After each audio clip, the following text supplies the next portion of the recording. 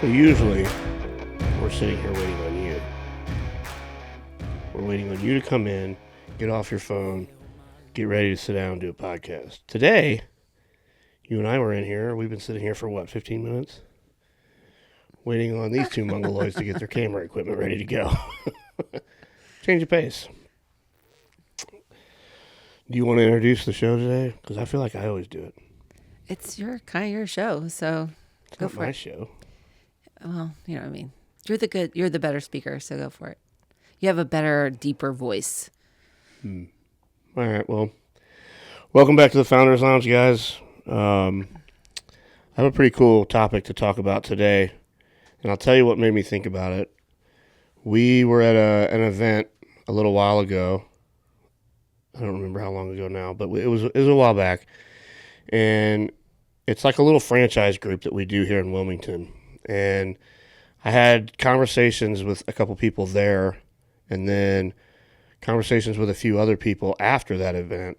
And really the topic of conversation that I'm talking about is they wanted to know, how do you know who you can trust? Like these people that I've been talking to, they've worked hard, their business is growing, they're ready to scale, but they need help. And so a lot of the questions that I got was, well, how did you know you wanted to work with this person? How did you know you wanted to use these guys over these guys? You know, questions like that. And so after having a couple of these conversations, I thought this would be a pretty cool information to share on a podcast, because you and I never really had a rocket science formulation on how we go about doing it. It was just kind of gut instinct. But then I started thinking to myself, if I had to answer that on a regular basis, what were like the top 4 or 5 things that I would look for in somebody like this? Does that make sense? Yeah. So, you know, the question is, how do you know who to trust? How do you know who's genuine? You know, because at the end of the day, everybody's a salesman when they come to your door. So when you're ready to do this, you're either going out and you're looking for an advisor or a consultant or some sort of mentor or things like that, or some sort of coach. That or the opposite happens, which happened to us quite a bit, was people would be coming to you.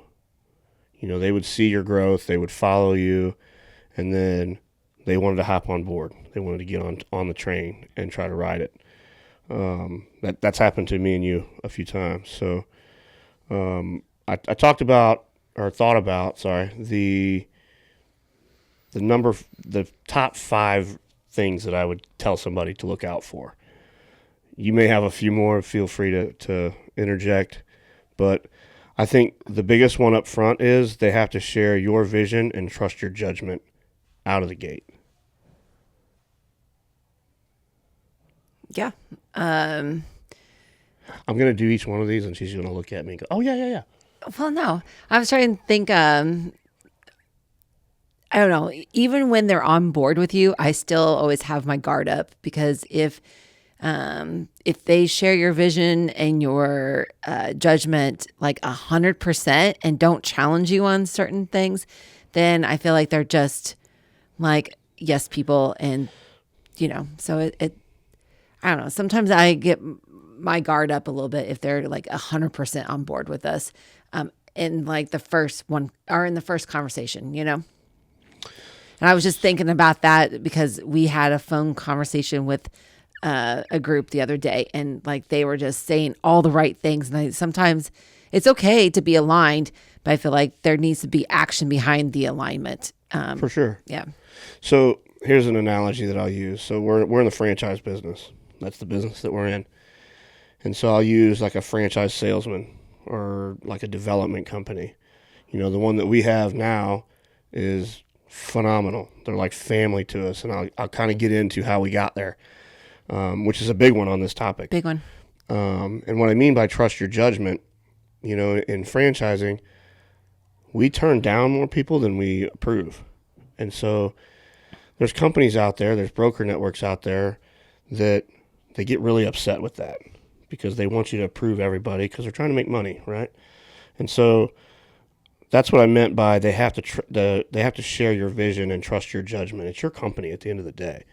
So if you're going to tell them you want this to go a certain way, or no, I don't like this person, I don't think they're a right fit for the brand. You know, I'm using the franchising analogy here, But they have to be okay with that. If that's going to be a constant battle or constant struggle, they're not the right fit. They're not the right person for you.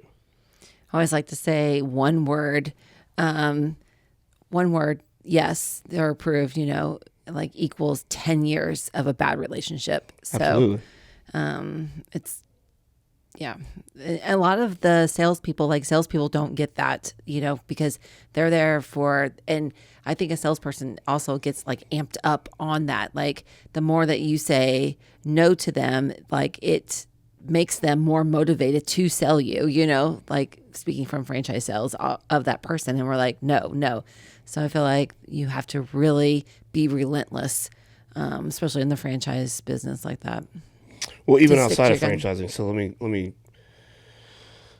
see if I can come up with an example that's outside of franchising, because not everybody's in franchising. But just cars. What is that? Cars. I'm like, how many times do you go in, it's all shiny and everything, and you're like, no, I really wanted this. And then you walk out because there's such a great salesman in a minivan that you hate for like, Sure. 3 years. But go ahead. I interrupted you. Well, no, it could be anything. So, just say it's a restaurant that's not a franchise, and then they have a business consultant or a business advisor. And this consultant or advisor is really trying to steer them in a direction that they just know in their gut they're not comfortable with, and they don't want to do it. And so my advice is don't. Yeah. If that is your gut instinct and you really do not feel comfortable doing it, then don't. And then you got to ask yourself, okay, well, are these guys really the right person for me? Is this really, the person that I think I should be working with? Because I don't, we've been in that position a million times, and we've left. We've actually fired consultants and fired advisors because it was a constant struggle. It was a constant headbutt of them trying to get us to conform to things and do things a certain way that we just absolutely did not want to do it. We didn't want to do it that way. I think one of the biggest things, too, when you're looking is a true, like, I'm saying salesperson, but someone who you're trying to hire, if they're really good, they know your insecurities, too. And they can really feed off of those insecurities, which we've gotten a couple of bad deals because they knew our insecurities, straight off. And I was thinking about when we went to California. Remember when we had that consultant group? That was the worst. Yeah. So we were going in there, and obviously that's when like the whole organic and grass-fed, all these flashy terms were out there. And I'm just like, man, I just don't know if our brand is strong enough because that's not what we preach. We preach like it's, a lifestyle, it's balance. Like, we're just here to help the average person and not that. And so we had like no money at that time, but we got on a plane and went to California with this consultant group because we were not 100% of what we were doing was true, so we went to California. They took us to every place that you could think of trying to change our brand. Like from CBD was like huge. Like how many years ago was that? 8 years? 8 years ago? We were in California, and then 7 or 8 years ago. They were just like taking us to all of these things. And we're like, this is where we think that you should be. You should put kombucha stations in your cafes.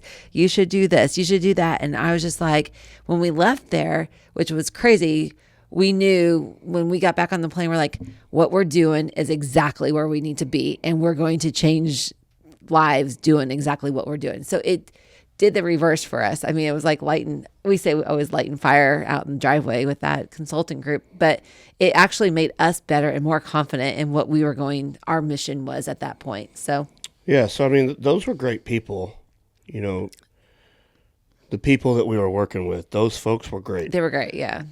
Our intent in going out there was to make our brand better, and because we were ready to scale. So that was early on in our franchise system, and we were trying to get like operations manuals and all of this stuff done. And they were a company that specialized in that. That's what they did. But I think they had a different vision for our brand, and they were trying to get us to change our vision and go in a different direction. And like you said, I think it just kind of reassured. I remember talking about it on the way home in the plane, excuse me, that it just kind of reaffirmed to us what we were doing. Yeah. I think we went out there with a lot of insecurities, and then we came back and we're like, okay, we're fucking good. Like, yeah, we're doing the right thing. So yeah, I remember that. That's a good one. But at the end of the day, you got to trust your gut instinct. And if whoever you're going to want to work with is going to fight you on that. They're not the right people. Another good one is, are they asking you for anything up front? This is a big one for me. And I know people are going to hear this and they're going to say, well, people don't work for free. They're going to want something. Of course they do. That's not what I mean. So like a lot of times with consultants or advisors, they want an astronomical piece of pie up front before they even do anything. And so a big thing with us has always been, we've made people earn it.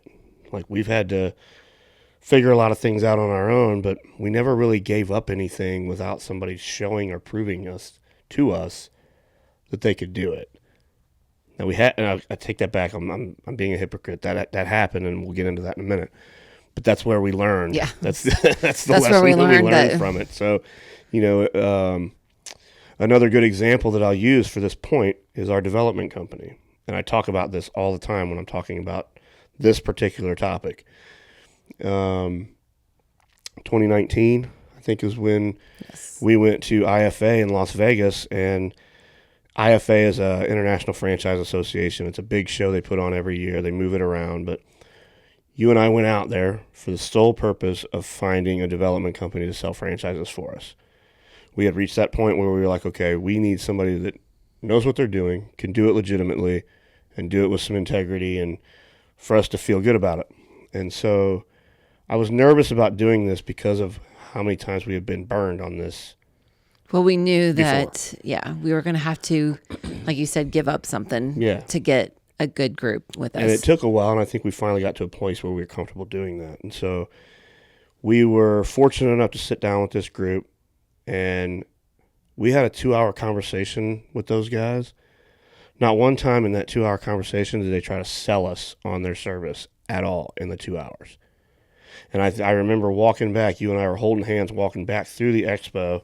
They were right behind us, and we're going our separate ways. And I was like, I think these guys are it. I think they're the ones. And you agreed with me, because that's just how good they were at talking. They wanted to hear us. They wanted to hear our story, how we got here, what our vision was. They didn't give a shit whether we hired them or not. They were just genuinely interested. And when somebody does that to me, it makes me want to work with them. Well, especially when you go to a big event like that, because there's so many brands there, and they've gone through, like each brand has gone through something similar, but they still had a very good name in that group there. So that was like really good, or was reassuring too, because we kind of did a little homework on them before and after. So plus it was really good too, because they were using our product.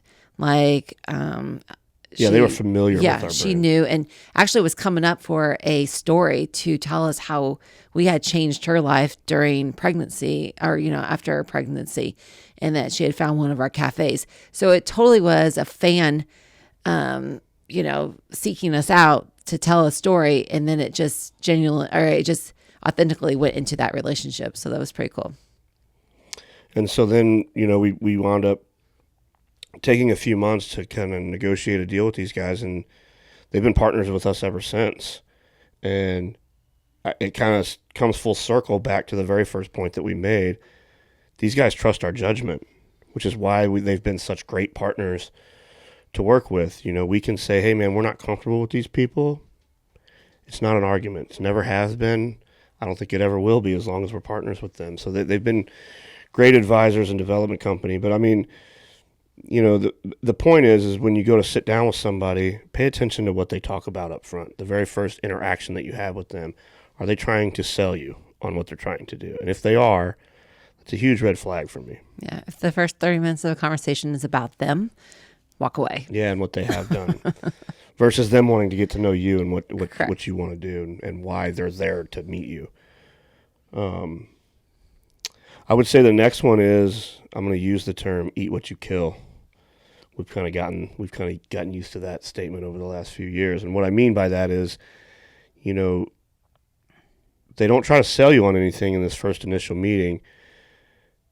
If they come to you and they want some sort of commission or some kind of structure that's earned before they actually do anything, that's a no bueno for me. Yeah. So Walk away. walk away. But if they're proposing something like, hey, if I get to X, and then would you be willing to pay me X? Or can we work a deal out where if we get to this bar, I'll get X, or whatever that arbitrary number is. That to me shows that they have a little bit of integrity and they care, because they're wanting to eat what they kill. They want to earn it. They don't want to just come in and take 20% of your equity of your company, or they want this astronomical consulting fee up front before they've proven themselves to you that they can actually do it. I'm not saying, now I'm going to be a hypocrite here too. So there are times where that is okay. If it's a consulting company who has a proven track record, they have references, you can call them, and and that's just their deal. They're either going to do it or they're not. Then that's a judgment call on you. You either choose to go that route and use a company like that, or if it's a one-off guy, whether it's, I don't know, or like a smaller outfit, then you have to really dig deep. I think the more that they're asking for your company and the longer terms that they're making, then that's when they should earn it. But if you're going in there for a service, it's different, I feel like, on that. But like someone who, like, we get all the time, like everyone wants equity in us, and like, hey, we've been here 10 years. Like, you can't come in here today and expect, X amount of our company for not even like walking through our door, So, as soon as they start saying they want equity, or, without even proving themselves, I'm out. Like, I just don't even flag up front. Talk to them anymore. Which rolls right into my next one was, do they have a solid reputation, and do they have references that you can reach out to and call? If they don't, sometimes that's okay. I can think of a guy that we worked with here in town that we worked with him 3 or 4 months, and their company was new. They had just formed a brand new consulting company. He was one that, tried to steer us in directions we didn't want to go, and we ultimately just said, hey, man, I don't think this is a good fit. But there's still a lot of businesses around town that still use him. So now, this was 4 or 5 years ago when we were... I'm trying to think who you're talking about. I'm trying not to name his name, yeah, for obvious reasons, but the older gentleman. Yeah. But he didn't have, they were so new when we hired them. They didn't have a lot of references to go off of because they had just started. Right. We were kind of basing it off of his background in the franchise space. Correct. He was an absolute awesome dude. Just, in our gut, he just wasn't the right person for us at the end of the day. But, check references and make sure that these people have people that you call. I remember, was it episode 2, I think, that we just did of this show, where I was talking about when we hired the company that we hired to franchise us. We wrote them a check, didn't even call anybody that they had worked with. We freaked out. We freaked out. We had wrote these guys almost $30,000 check up front, which was all the money we had, without even calling a single person they had worked with. Yeah. Dumb. It was just stupid. It was so dumb. But worked out. Yeah. We're 1 for 1 working out. One worked out, one didn't work out. So another one would be, I mentioned that word integrity. That's a big one for me. And so I would ask yourself, do they have integrity in class? What I mean by integrity in class is basically, at the end of the day, do they talk shit? That's happened to us too. We've hired advisors and consultants. Next thing you know, we're in a meeting.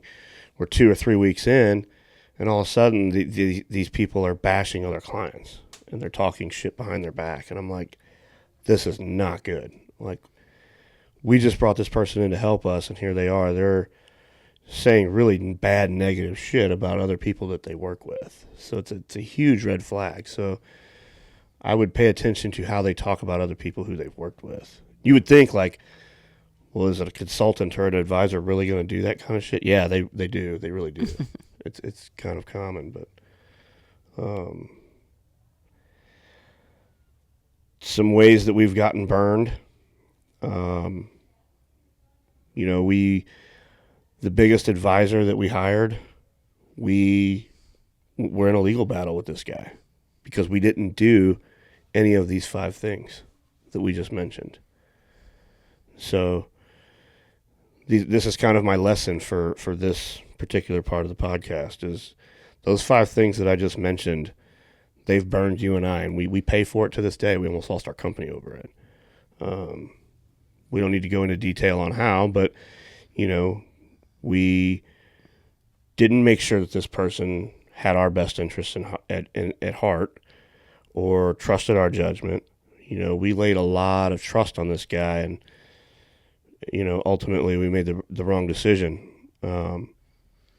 But I think, too, he was a really good salesperson, fraud, whatever you want to call him, and totally went after each one of our insecurities. And so made us feel comfortable and safe.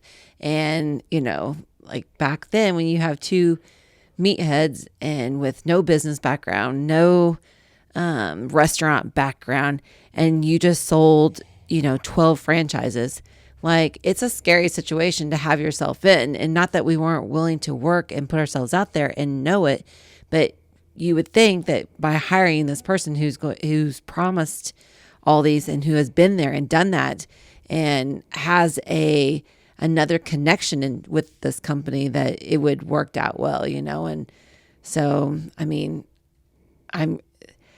I guess the best lesson there, and what I can say is, like, we've saved money because we hired the best lawyer that we had at that point, and he's been with us still to this day. So, because we didn't even have a lawyer, like we had no lawyer even to look over that contract. That's a whole nother story. Podcast, but that's another podcast.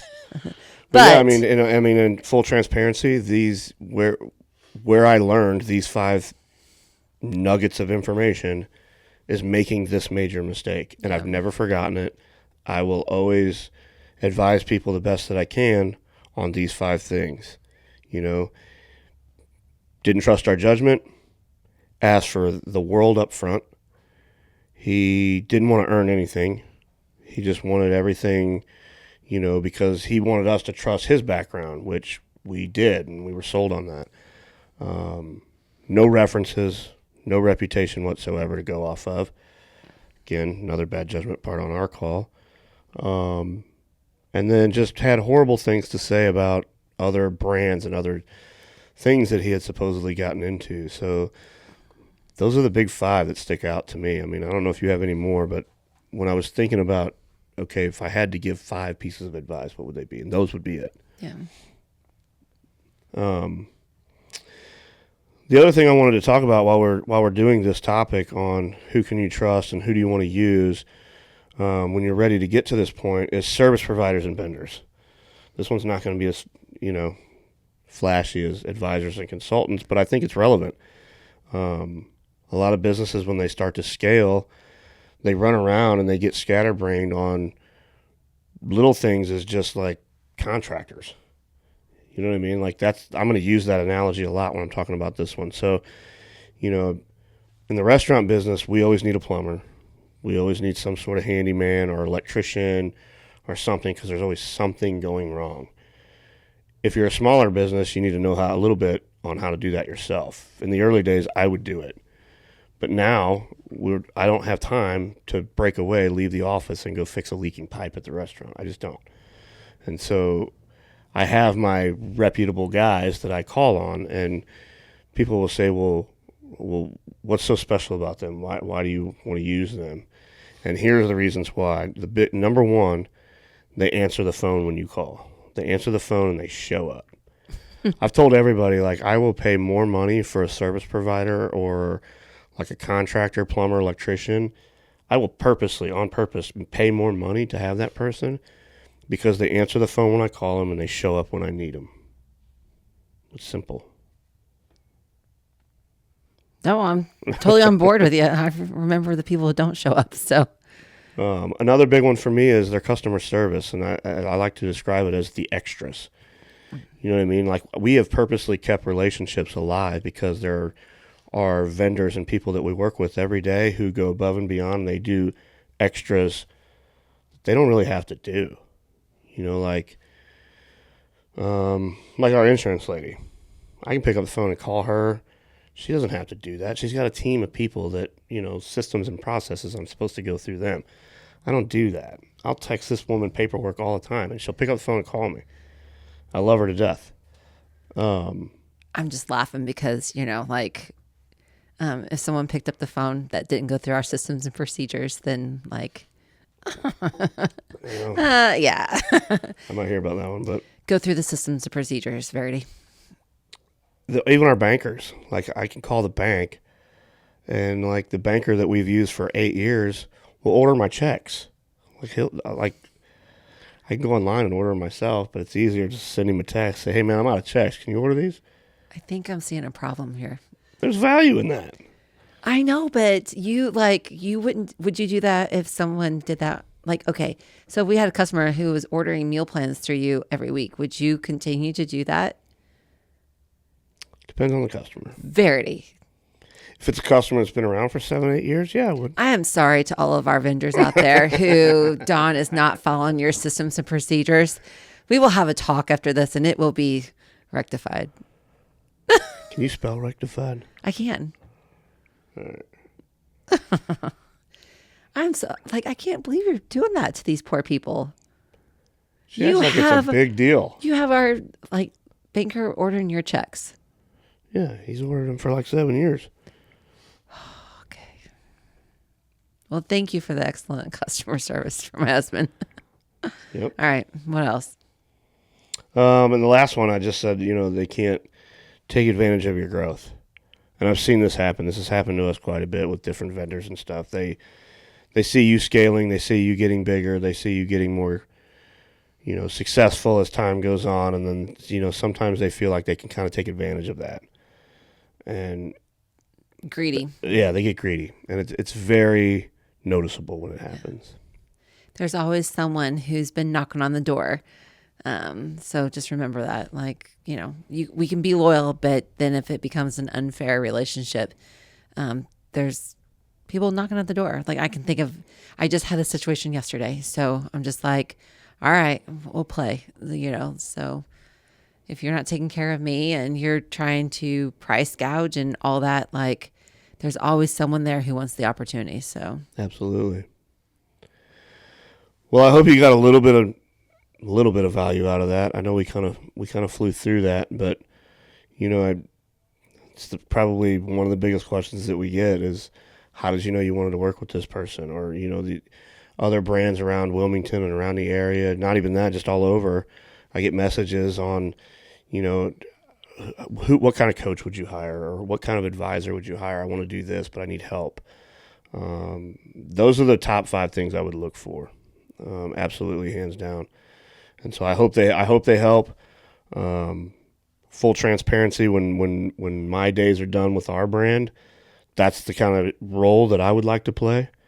So I've kind of learned from mistakes that you and I have made, and I'm like, okay, well, if I'm going to do this and I'm going to help other people do it, what can I do differently from the mistakes that we've learned that other people have made? Those are definitely, hands down, are the biggest ones to me. So I just hate people getting taken advantage of because it sucks. So. All right, guys. See you next week.